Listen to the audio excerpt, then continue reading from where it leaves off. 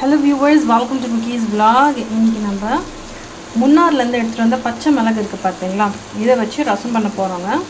கொஞ்சம் கொஞ்சமாக காஞ்சிட்ருக்கு. 2 நாள் ஆச்சு பறித்து பாருங்கள், பிளாக் ஆகி மாறிட்டுருக்கு. நம்ம நல்லா வெயிலில் ஒரு நாள் போட்டோன்னா நல்லா நம்ம நார்மல் மிளகு, காஞ்ச பிளாக் கலர் மிளகு கிடச்சிருங்க.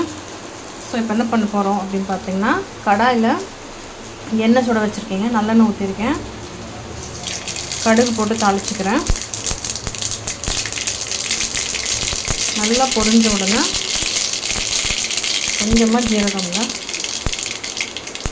கூடயே பார்த்திங்கன்னா பூண்டு ஒரு 7லேருந்து 8 பல்லும், இஞ்சி நல்லா ஒரு இன்ச்சுங்க, ரெண்டும் சேர்த்து தோல் உரிச்சிட்டு தட்டி வச்சுருக்கேன், அதை ஆட் பண்ணுறேன். இப்போ நல்லா கொஞ்சம் நேரம் கலரி விட்டுப்போம். கொஞ்சம் கலர் சேஞ்ச் ஆகி வரட்டோங்க.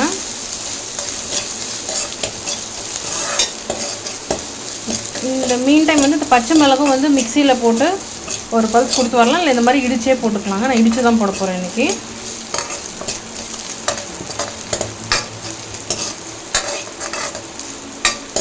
நல்லா வாசம் வர வரைக்கும் வதக்கி எடுத்துக்கோங்க, சீக்கிரம் வந்துடும் ஹை ஸ்பீடில் இருந்துச்சுன்னா. இந்த ரசத்துக்கு நம்ம புளி சேர்க்க போகிறது இல்லைங்க, தக்காளியோட புளிப்பு தான். நல்லா தக்காளி இந்த மாதிரி பொடிசாக கட் பண்ணிக்கோங்க. பெரிய தக்காளியாக இருந்தால் 2 தக்காளி போதும். இது ரொம்ப சின்ன சின்ன தக்காளி அப்படின்றதுனால நான் ஒரு 4 எடுத்திருக்கேன்.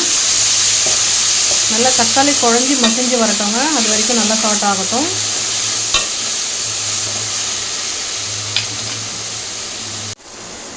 தக்காளி வதங்குற டைமில் நம்ம இந்த மிளகை நல்லா தட்டி கொண்டு வந்தாச்சுங்க. இது அப்படியே நம்ம சாட் ஆகிட்டு இருக்கா டொமேட்டோஸ்லாம் ஆட் பண்ணிடலாம்.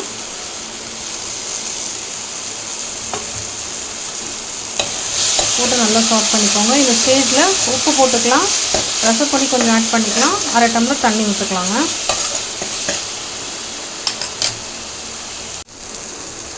மஞ்சள் பொடி 1/4 டீஸ்பூங்க, உப்பு தேவையான அளவுக்கு, இது கூடயே ரசப்பொடி ஒரு 1.5 டீஸ்பூன் போட்டிருக்கோங்க, இது வீட்டில் அரைச்சது.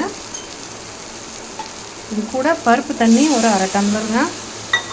1/2 டம்ளர் பருப்பை வேக வச்சு கடைஞ்சி வச்சுருக்கேங்க, அதையும் ஆட் பண்ணிக்கிறோம்.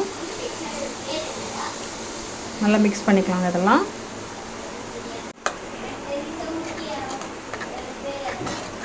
நல்லா மிக்ஸ் பண்ணி விட்டுட்டு தேவையான அளவுக்கு நம்ம தண்ணி ஆட் பண்ணிக்கலாங்க. ரசத்துக்கு எவ்வளோ நீங்கள் தண்ணி விடணும்னு நினைக்கிறீங்களோ அந்த அளவுக்கு நீங்கள் இதில் தண்ணி ஆட் பண்ணிக்கலாம். இப்போ பார்த்திங்கன்னா நான் ஒரு 3 டம்ளர் தண்ணி விட்டுருக்கேங்க. நல்லா ஸ்டேர் பண்ணிப்போம்.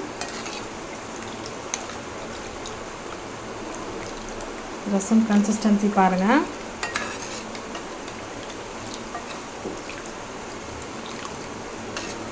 நல்ல லைட்டாக இது கொதி வர்ற டைமில் ஒரு லெமன் சாறை பிழிஞ்சு விட போகிறோங்க.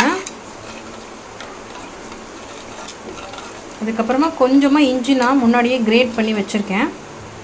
ஃபைனலாக நம்ம ஆஃப் பண்ணிவிட்டு இதை கொஞ்சம் சீசனிங் பண்ணுவோம்ல, அப்போ இதை ஆட் பண்ண போகிறோங்க. இது ஆப்ஷனல் தான். இப்போது எல்லாம் மிக்ஸ் பண்ணியாச்சுங்க. லைட்டாக கொதி வர ஆரம்பிக்குது. பெருங்காயத்தூள் கொஞ்சமாக ஆட் பண்ணிக்கோங்க. அதில்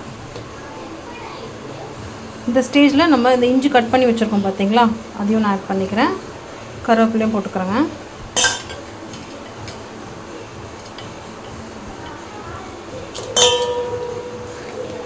நல்லா இதை மிக்ஸ் பண்ணி விட்டுறலாம்.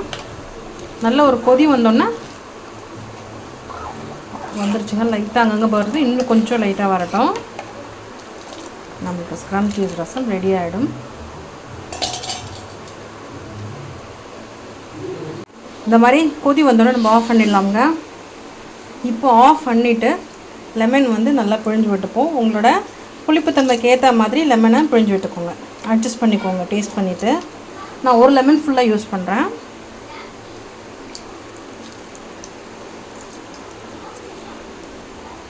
அவ்வளோதாங்க, நம்மளோட கொத்தமல்லி சீசனிங்கை ஆட் பண்ணிடலாங்க. நம்மளோட ஸ்க்ரம்டியஸ் யம்மி ரசம் ரெடி. வீட்டில் ட்ரை பண்ணுங்கள், எப்படி இருக்குன்னு சொல்லுங்கள். தேங்க்ஸ் ஃபார் வாட்சிங் த வீடியோங்க. Enjoy the recipe. Take care and bye now.